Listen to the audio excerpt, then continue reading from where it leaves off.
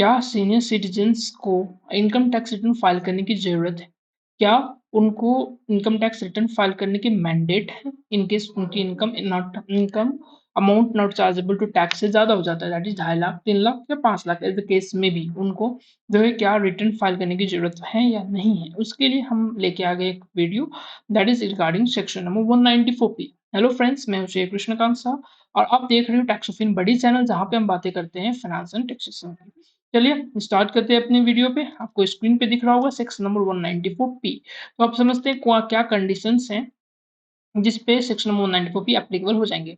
First condition है आपके पास में एज। तीन डिफरेंट कंडीशन है जिसपे से फर्स्ट कंडीशन है एज की। एज जो यहाँ पे 75 ईयर्स ओल्ड होना चाहिए। एज पे इनकम टैक्स आपके पास सीनियर सिटीजन आप कहला जाते हो इनकेस आपकी 60 ईयर्स से ऊपर की एज बन जाती है, बट सेक्शन 194P की एप्लीकेबिलिटी आप पे तभी बनेगी जब आप 75 ईयर्स से ऊपर की एज पे आ जाते हो। ठीक है। Next condition is regarding the residency status, that means to say you must be a resident. आप रेजिडेंट होनी चाहिए इंडिया में, तभी जाके एप्लीकेबल होंगी ये सेक्शन 194P आप पे। थर्ड कंडीशन है रिगार्डिंग टू इनकम सोर्स।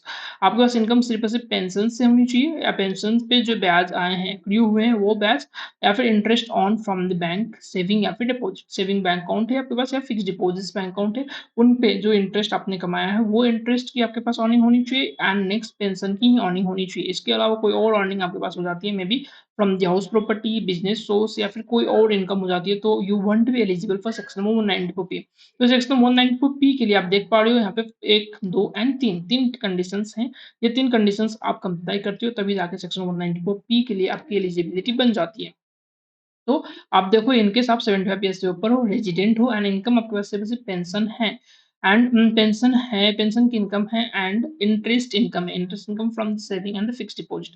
अब क्या करना है आपको, एग्जेम्पशंस के लिए अप्लाई करना है from the filing of ITR. तो इनको एग्जेम्पशंस कैसे मिलेगी, इनको प्रोसीड्यूर ये है कि इनको क्या करना पड़ेगा, एक डिक्लेरेशन फाइल करना पड़ेगा bank to the bank as specified by the central government. तो किन बैंक को, हर एक बैंक को नहीं बोला गया, ऐसे बैंक जो कि स्पेसिफाइड किया गया बाय सेंट्रल गवर्नमेंट उनको ही ये डिक्लेरेशन फाइल करेगी।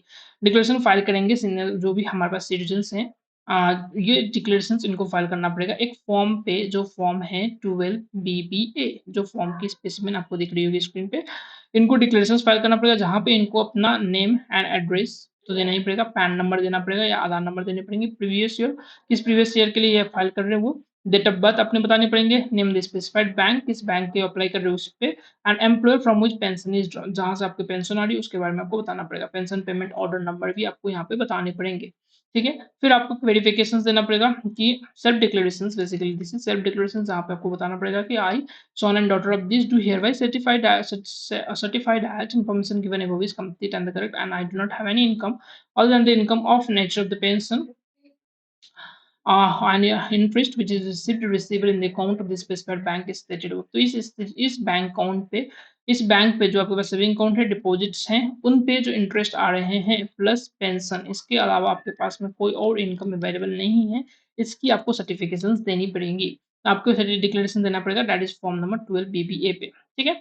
अब इसके अलावा क्या करना पड़ेंगे हमें, डिक्लेरेशन आपने दे दिया तो आपके मन पे ये क्वेरी हो सकती है कि चलो भाई हमने डिक्लेरेशन तो दे दिया, अब क्या जो पेंशन इनकम है सारा के सारे पे टैक्सेबिलिटी बन जाएगी हमारी, टैक्स बैंक कंप्यूट करेगा tax and then TDS deduct करेगा अंडर सेक्शन नंबर 194P? नहीं, इनके लिए क्या होगा कि बैंक को क्या करना पड़ेगा, बैंक को जब आपने डिक्लेरेशन दे दिया, आपने फाइल कर दिया, तो डिक्लेरेशन पे जो है आपको डिडक्शंस भी, आपने जो भी डिडक्शंस लेने उनके बारे में भी आपको देने पड़ेंगे। अब बैंक क्या करेगी, आपकी कंप्यूटेशंस करेगी इनकम टैक्स की। इनकम टैक्स कंप्यूट करने के लिए आपकी इनकम लिया जाएगा, पेंशन इनकम जैसे आपका हो गया एक, नेक्स्ट आपके पास में आ गया इंटरेस्ट इनकम। ये दो इनकम को ऐड करने के बाद में जो डिडक्शंस आप पे बनती हैं 80C से 80U का जो डिडक्शंस आपके पास में, वो डिडक्शंस आपको दे दिया जाएगा। इसके बाद में जाके जो टैक्सेबल इनकम बनेगी, इनकेस वो 5 लाख रुपए से कम है तो rebate under section number 87A आपको दे दिया जाएगा।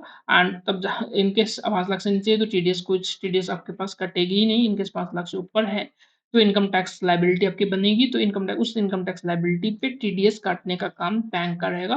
बैंक जो है टीडीएस उस पे डिडक्ट करेगी एंड डिडक्ट करने के बाद में जाकर वो इनकम टैक्स गवर्नमेंट को पे कर दिया जाएगा and that would be considered कि आपकी आईटीआर फाइल हो चुकी है एंड आप जो है अब आईटीआर फाइल करने से एग्जेम्पशंस ले पाओगे।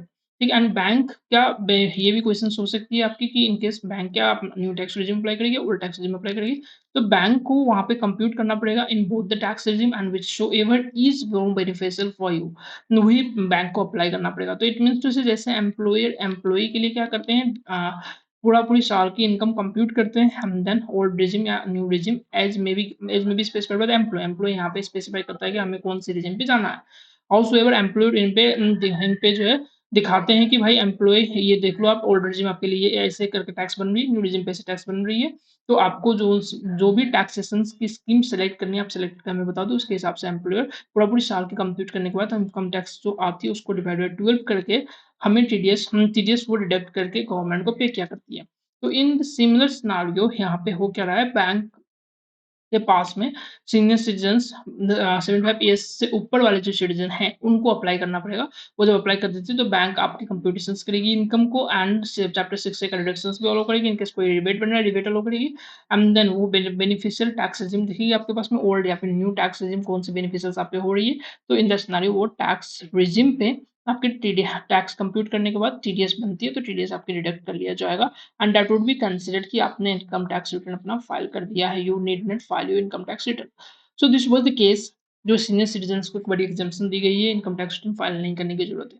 बट हाउस वाइफ यदि आपके पास में pension income and interest income के अलावा कोई और इनकम हो जाती है, may be income from the house property या may be income from any other businesses, तो इन द सिनेरियो आपको जो है इनकम टैक्स रिटर्न फाइल करने की जरूरत पड़ जाएगी, because you are not fulfilling these conditions and ये कंडीशंस फुलफिल नहीं करने की वजह से 194 पी आप पे एप्लीकेबल नहीं होगा।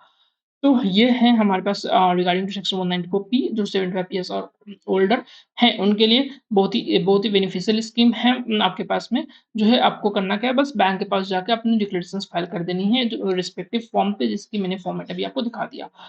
तो that's all about this video section 194 के बारे में। ऐसे इन्फॉर्मेटिव वीडियो पाने के लिए आपको इसी यूट्यूब चैनल को सब्सक्राइब करना पड़ेगा एंड इसको शेयर करो आप जितने सके अपने फ्रेंड्स को शेयर करते जाओ, ताकि उनको भी आइडिया लगेंगी कि उनके पास जो सीनियर सिटीजन में भी उनके पेरेंट्स या फिर ग्रैंड पेरेंट्स उनके बिहाफ पे उनको आइडिया फाइल करने की जरूरत है नहीं है, नेसेसरी स्टेप्स जो है फॉर्म 12 बीबीए जो फाइल करनी है वो फाइल कर पाए अपने बैंक पे जाके। ठीक है जी, मिलते हैं नेक्स्ट वीडियो पे, तब तक के लिए आप हंसते रहिए मुस्कुराते रहिए and stay tuned for the next video. Bye bye.